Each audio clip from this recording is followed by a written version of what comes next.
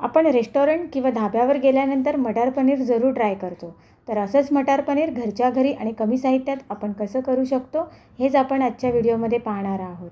नमस्कार मैत्रिणींनो, मी शुभा तुम्हा सर्वांचे आजच्या रेसिपीमध्ये स्वागत करते. आजची रेसिपी आहे ढाबा स्टाईल मटार पनीर आणि तुम्ही पाहतात शुभाज किचन.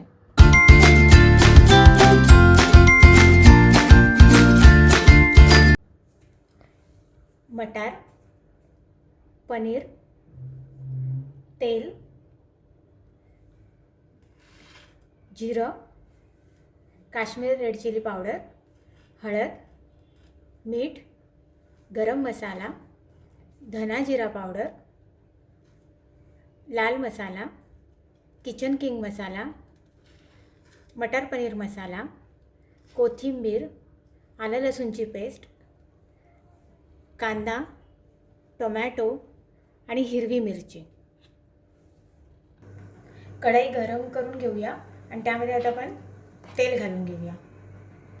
कढई गरम झाली आहे. आता मी त्यामध्ये 2 चमचे तेल घालून घेतलं आहे.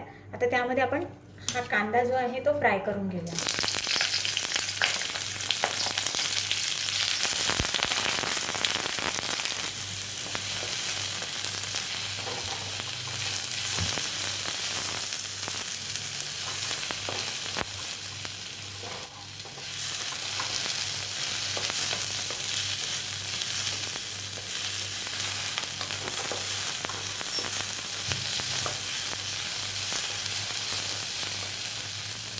थोडा कांद्याचा कलर चेंज झाला आहे. त्यामध्ये आता आपण टोमॅटो आणि हिरवी मिरची घालून घेऊया.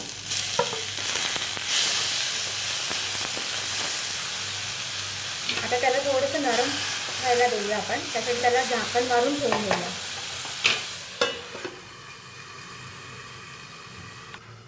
आता बघूया कांदा आपला नरम पडला आहे का. कांदा टोमॅटो हे बघा बऱ्यापैकी नरम झाला आहे. आता गॅस बंद करून याची बारीक पेस्ट करून घेऊया. अशी बारीक पेस्ट करून घेऊया. आपली पेस्ट तयार आहे.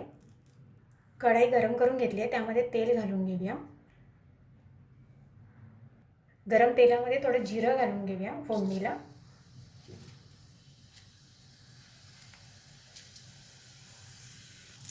जिरं लालसर व्हायला लागलं तर त्यामध्ये आलं लसूणची पेस्ट घालूया.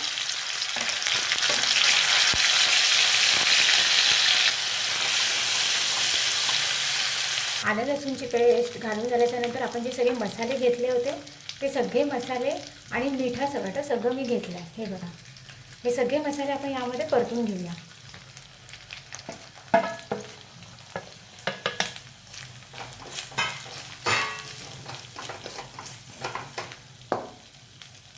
हे परतून झाल्याच्यानंतर आपण जी पेस्ट घेतली आहे ती पेस्ट पण यामध्ये घालून घेऊया.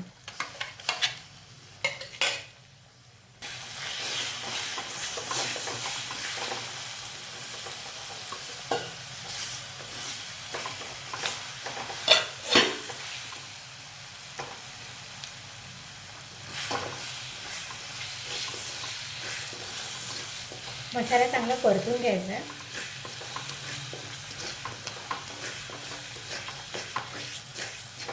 इतका म्हणजे एवढा परतायचा ना की बाजूला त्याने तेल सोडलं पाहिजे मसाल्याने.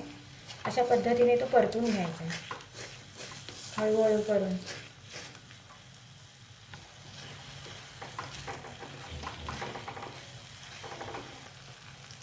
मसाला बऱ्यापैकी तेल सोडलं आहे मसाल्याने, म्हणजे चांगला भाजून गेला आपला मसाला. आता आपण मटार घालून घेऊया. आता मी हे जे पनीर घेतलं होतं ते पनीर फ्रोझन पनीर आहे. त्यामुळे मी ह्या स्टेजला टाकते. जर तुम्ही घरगुती पनीर बनवलं असेल ना तर ते तुम्ही लास्ट स्टेजला टाकायचं आहे. लास्ट म्हणजे ॲटलिस्ट आता जी एक उकळी होऊन गेल्याच्यानंतर जी दुसऱ्या उकळीला आपण पनीर टाकायचं आहे. कारण की ते चांगले फ्रेश असतात त्याच्यामुळे ते लवकर मेल्ट होते, म्हणून ते उशिरा टाकायचे. आणि हे थोडे फ्रोझन असल्यामुळे हे आत्ता टाकायचे. हे व्यवस्थित परतून घेऊया.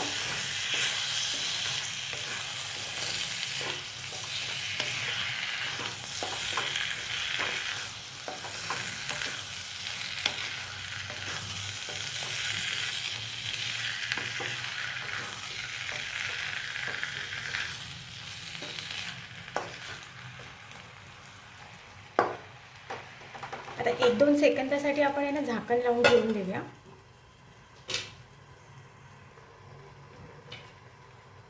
1-2 सेकंद झाले आहेत.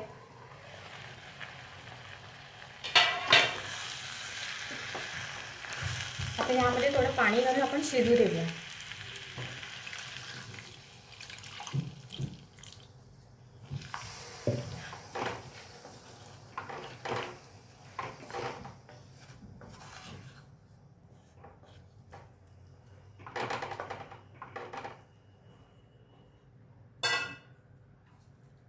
झाकण लावून ठेवूया.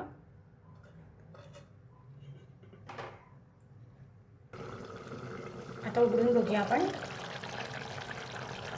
छान शिजलाय.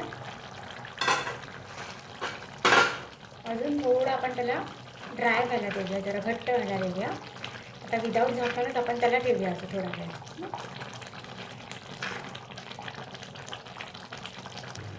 आपलं मटार पनीर रेडी आहे.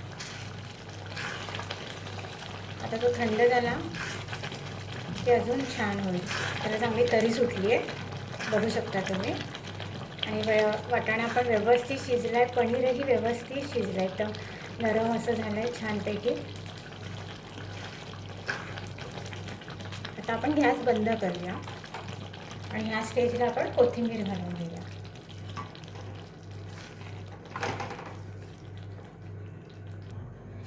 आपली मटार पनीर तयार आहे. यासोबत चपाती, नान, तंदूर रोटी किंवा भाकरीसुद्धा खाऊ शकतो.